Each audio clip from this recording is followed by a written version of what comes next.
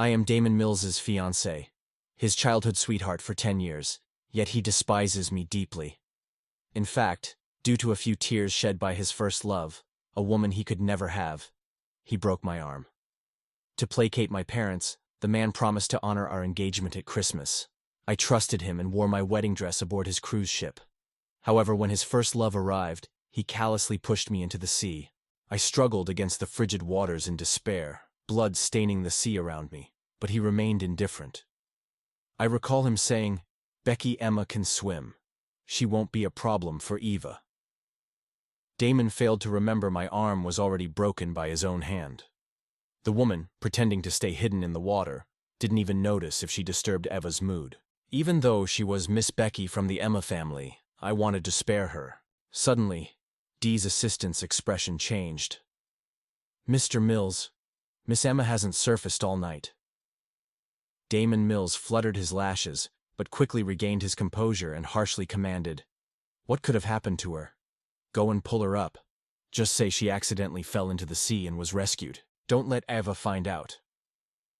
The assistant hesitated to speak, but was intimidated by Damon's cold, piercing gaze. He unconsciously furrowed his brow as the fierce sea breeze accentuated his striking features. He was the man I had loved for a decade. When I was pulled out of the water, the first thing I saw was Damon. My voice cracked, hoarse and painful, and I could barely speak. Damon glanced at my disheveled state, his face grim. "Just because I threw you into the sea, now you're playing the victim, Becky Emma? Where's the grace of the Emma family's young lady?" I lay helpless on the cruise ship's deck, my wedding dress soaked and clinging to me in tatters. My broken arm hung limply, every movement sending sharp pain through me. To stay conscious, I bit my lips until they were swollen and bleeding, forcing myself to keep my eyes open as I gazed at the man I had loved my entire life. I had been his childhood sweetheart, his fiancé. He once promised that I would marry him when I grew up. I admired this handsome older brother of mine. Even though he was cold and often distant, he used to comfort me.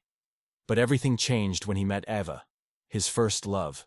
Due to a few words exchanged with her, Damon broke my arm without hesitation.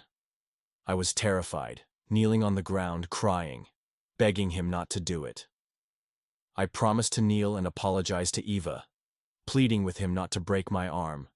But the man showed no mercy. "Who told you to offend Eva? Breaking your arm is your punishment," he said. From that moment, I could no longer swim in the sea. "Damon, why are you up so early? Why don't you stay in bed with Eva a little longer?" Eva, his first love, emerged from the cabin in fluffy pajamas, rubbing her eyes. I was nothing compared to her. She was as beautiful as the moon, while I felt like dirt in a ditch. Damon gazed at Eva adoringly, quickly wrapping his coat around her. "Eva, it's so cold outside. How could you come out? If you catch a cold, I'd be heartbroken," he said, pulling her into his arms, making me, his fiancé, lying on the deck clinging to life, appear even more pitiful. "Help! Help!" I cried out with all my strength, trying to move my broken arm, hoping for their sympathy. I've really learned my lesson now. I don't dare like Damon anymore. I don't dare compete with Eva or force this engagement. All I hope is that, considering our 10 years together, the man will save me. My hoarse voice caught Eva's attention. She seemed to notice me for the first time.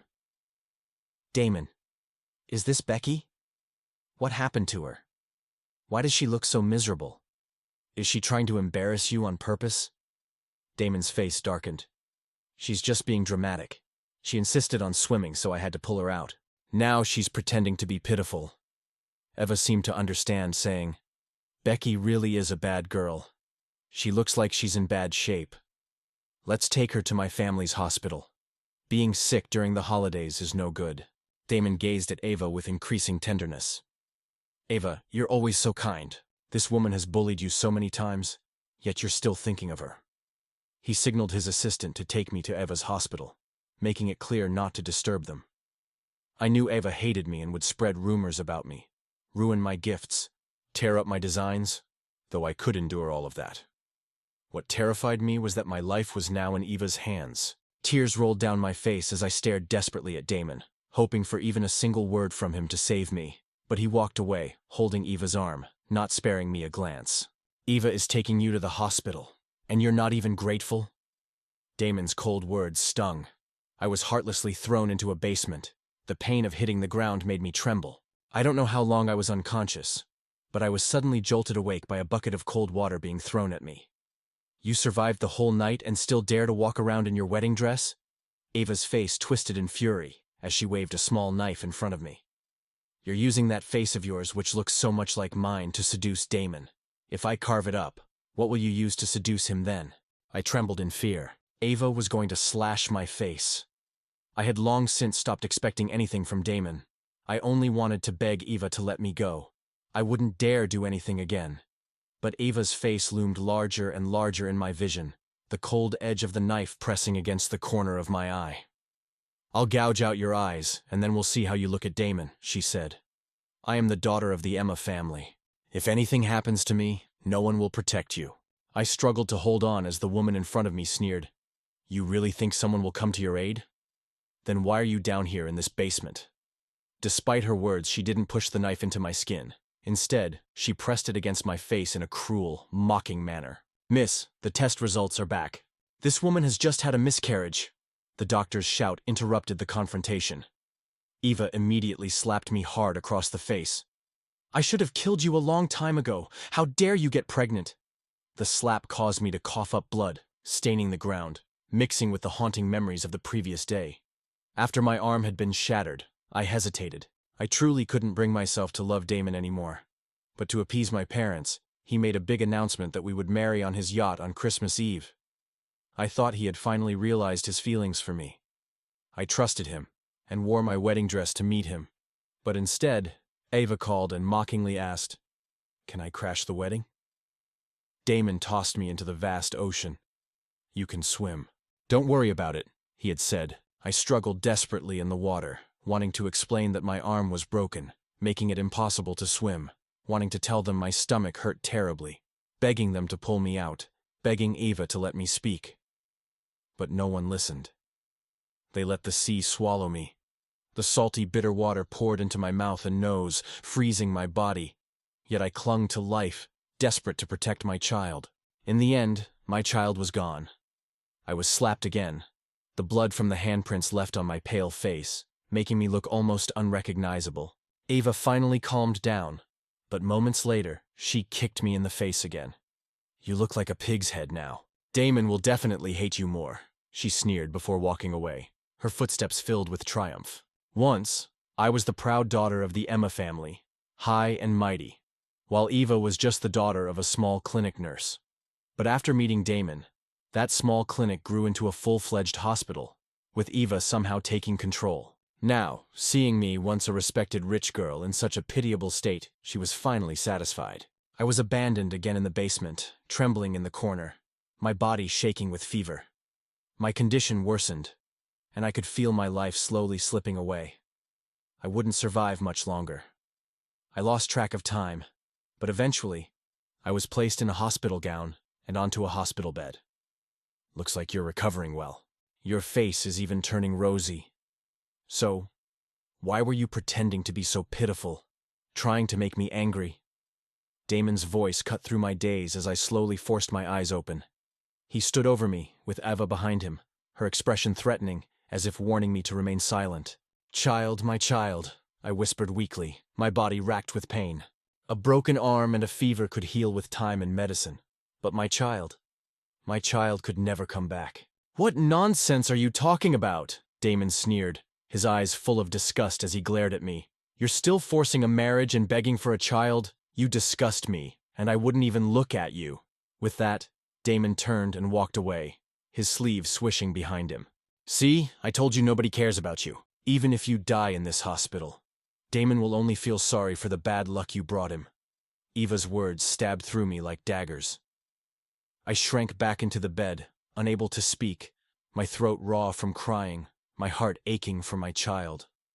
His father didn't believe in him, and his mother couldn't protect him. He would drown in the cold sea, lost forever. I fainted again, but this time Eva didn't send anyone to throw me back into that cold, damp basement. Perhaps the doctor had informed her that I wouldn't survive for much longer, so there was no need for more torture.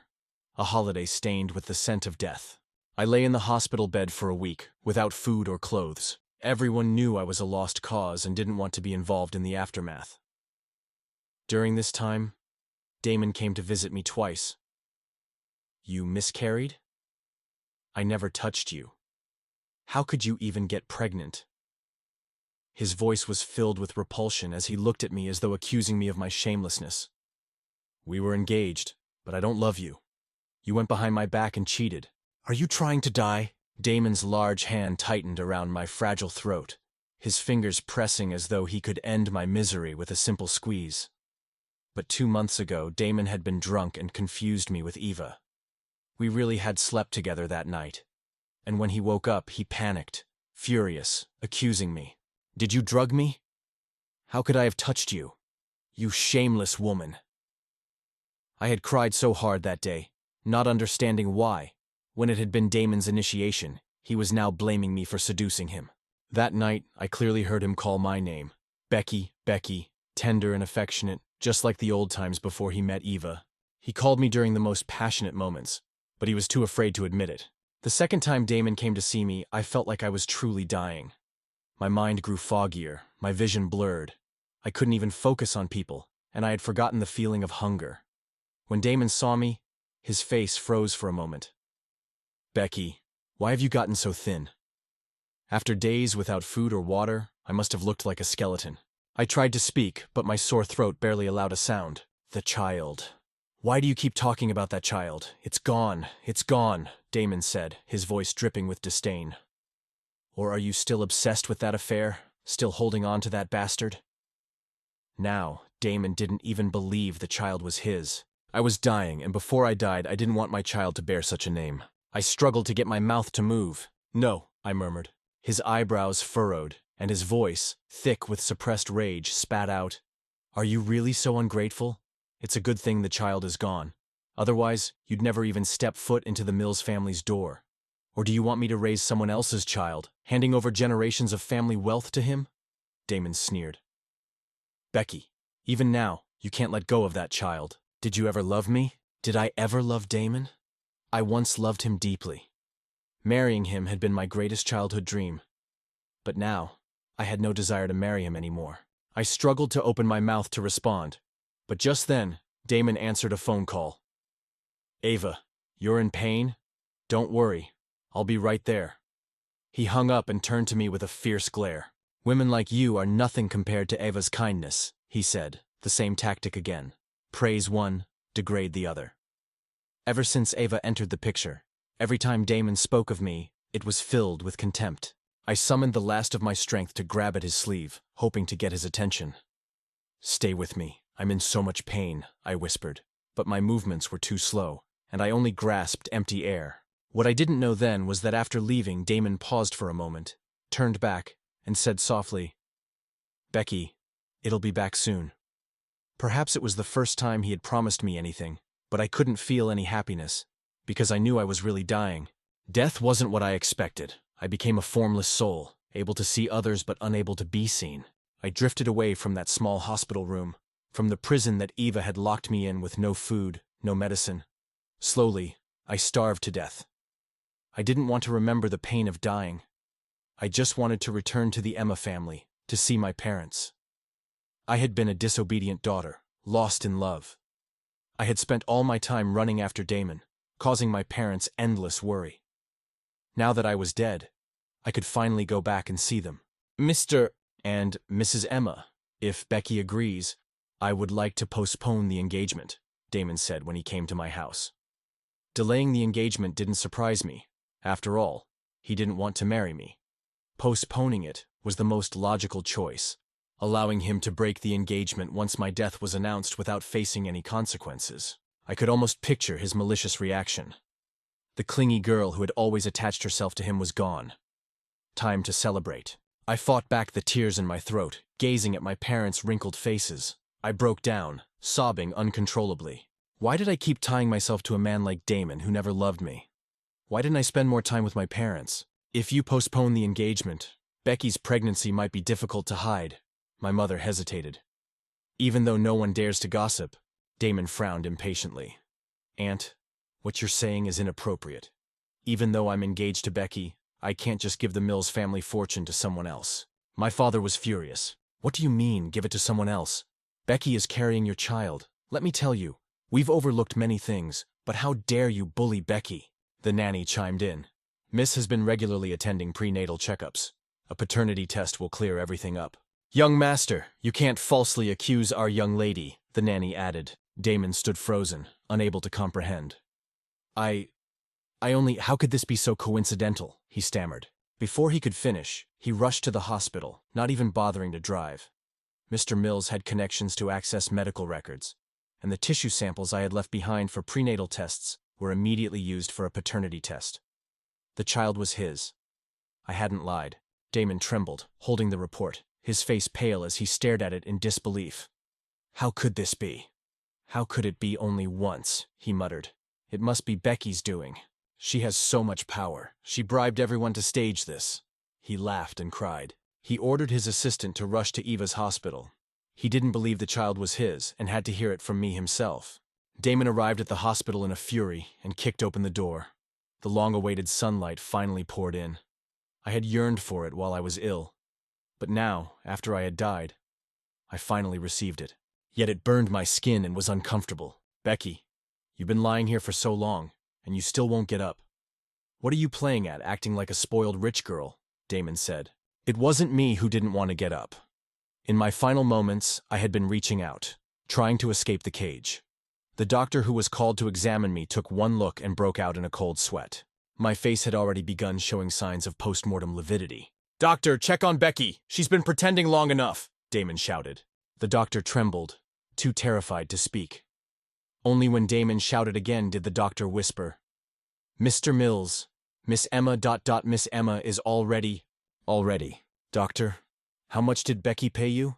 Even my personal doctor can be bribed? Damon growled. Damon moved closer to the bed and yanked the blanket off, throwing it onto the floor. Becky, you've had enough of your little act. It was the first time I saw my own body. The woman lying on the bed had already passed away. Her face showed faint signs of lividity, perhaps from the fever before death.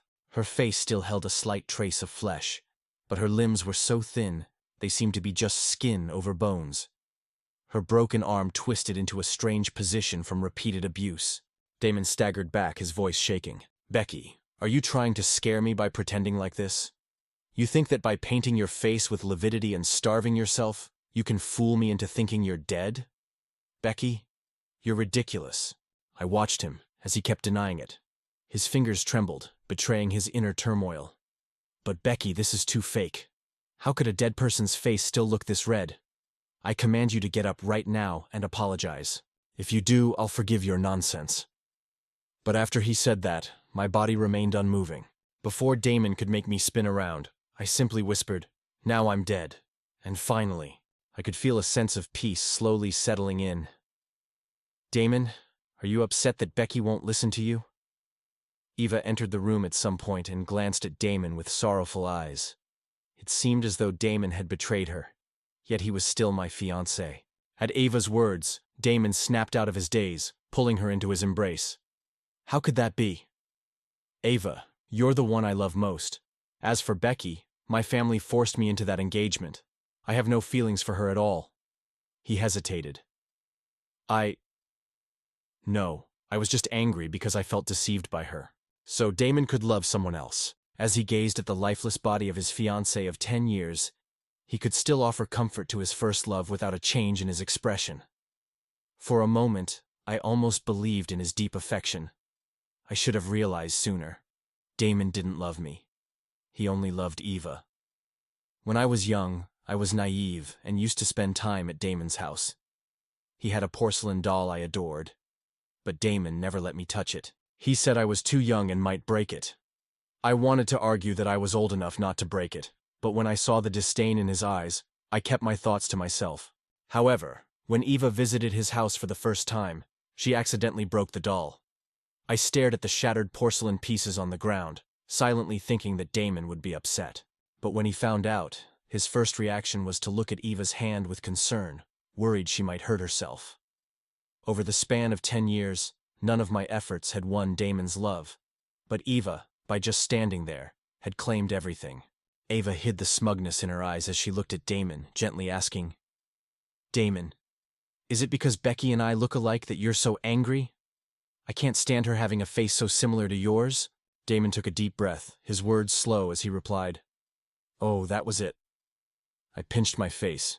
Maybe that's why Damon and I had that foolish night together. Ava and I did look somewhat alike. Or more accurately, Ava resembled me, since I had known Damon first.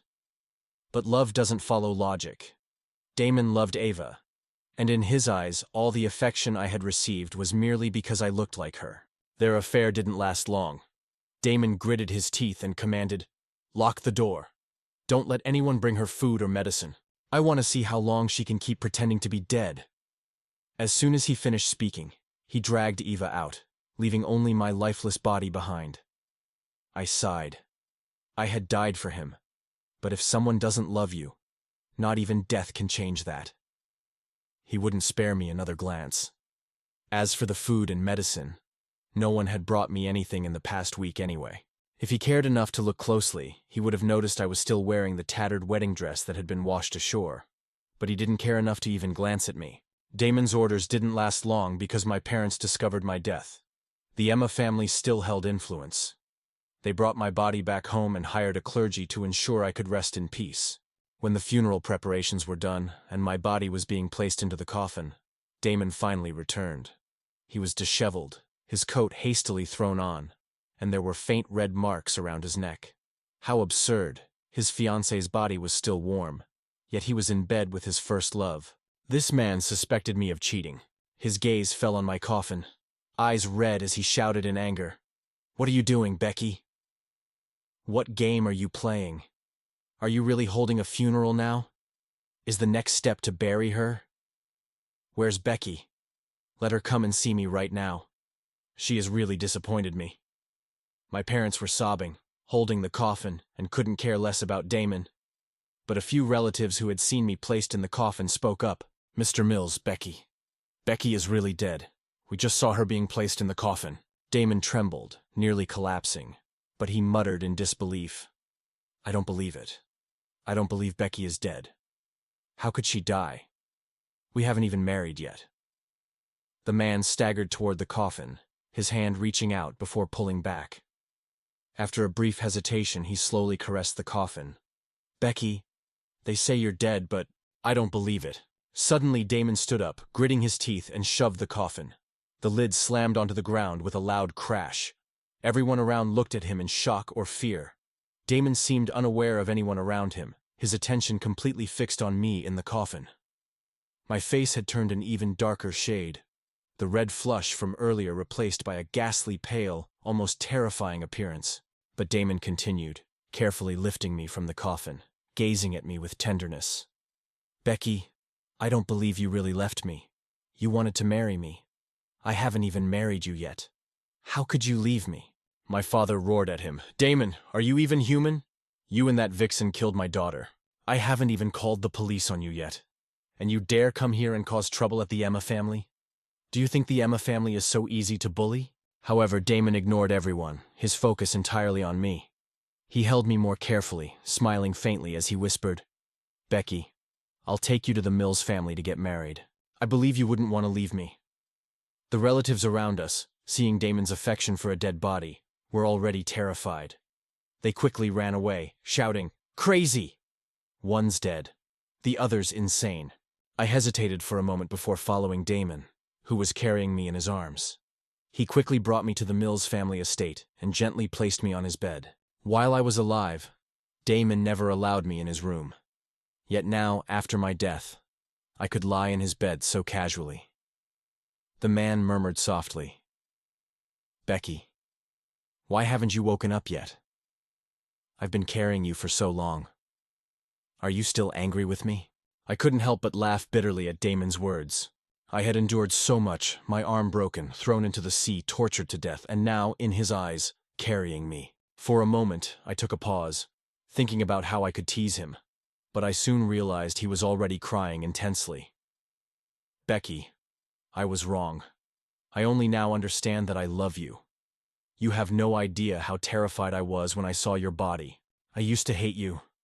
I thought you were the one stopping me. But now that you're truly gone, I'm lost. I thought I hated you, but now I see it was just that loving you hurt so much. Can you look at me again? He cried out desperately, but all I felt was a strange emptiness. Does loving me painfully mean you can torment and mistreat me? You thought you could just leave, let Eva hurt me, and do whatever she wanted just because you love me. But loving me doesn't give you the right to treat me this way. Suddenly, Eva appeared at the door, her face filled with terror as she watched Damon act so tenderly toward my lifeless body. Honestly, if I hadn't died, I would probably find the situation as strange as she did. Eva, leave, Damon said coldly. Becky is dead. My heart is dead too. Our relationship ends here. Eva stared at him in disbelief. Her hospital, her wealth, everything had been given to her because of Damon's affection. How could he just throw her aside like that? Damon, I don't believe you don't love me. Yes, Becky might resemble me, but... Before she could finish, Damon turned and slapped her hard across the face. It was the first time Eva had been struck, and she covered her red cheek, but still lifted her head arrogantly. Wasn't I right? You were just temporarily infatuated. You were willing to break her arm over a small argument. How could I be less than her? Her words struck a nerve. Damon's lips quivered as he suddenly realized the gravity of what he had done, throwing me into the sea. I had been left with a broken arm, sinking into the freezing water for an entire night. When they finally retrieved me, Damon mocked me, accusing me of playing the victim. As Damon's expression shifted, Eva thought her words were having an effect, so she pressed him further. Let me tell you something. In those days in the hospital, I never brought her food or medicine. Becky's death, half of it is on me. If you want revenge, both of us will pay with our lives. Do you really have the heart to kill me? Eva's gaze burned with determination, and a smug smile curled on her lips. She thought this was a matter of no choice. Before, when she was upset, my arm was broken. How much worse would it be now when she was risking her own life? Damon remained silent for a long time, so long that Eva believed the matter was settled. Smiling, she wrapped her arm around him. Damon, it's over now. Come on, let's go shopping. She looked up to kiss him, but when she saw his eyes were filled with fury, fear crept in. She tried to flee, but Damon's large hand gripped her tightly. Fine. We'll both pay for Becky's death, Damon said. Eva struggled helplessly. No, you never loved her. It was only because... Before she could finish, Damon strangled her to death. Her transformation from a beautiful woman to a lifeless body was quick. Damon showed no remorse. He explained in a calm, almost emotionless tone. I never loved you. Everything I did for you was because you resembled Becky. Now that Becky is gone, you should go with her. Go and atone for your sins.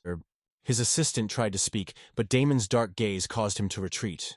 Damon casually picked up a dagger and began examining Eva's face, as though deciding where to make the first cut. He hadn't yet made the incision when the room was suddenly surrounded by armed police. It was my parents who had reported him. As soon as the door opened, they were confronted by this eerie scene. My lifeless body carefully placed on the bed, and Damon holding Eva's face, pondering where to slice. The case was straightforward. Damon was sentenced to death for premeditated murder. In court, he didn't offer any defense. Just as he had said before, Becky is dead, and so is my heart. As he was led to his execution, Damon looked directly in my direction. Can I love you properly in the next life? I was startled. Could he see me? But it didn't matter. Even if there were a next life, a man like him, so evil, should never be allowed to live as a human again. I said firmly, stay far away from me. After saying that, perhaps because my obsession had faded, my body began to slowly disappear. I felt the warmth of the sunlight shining on me and knew it was time to reincarnate. My true happiness was only just beginning.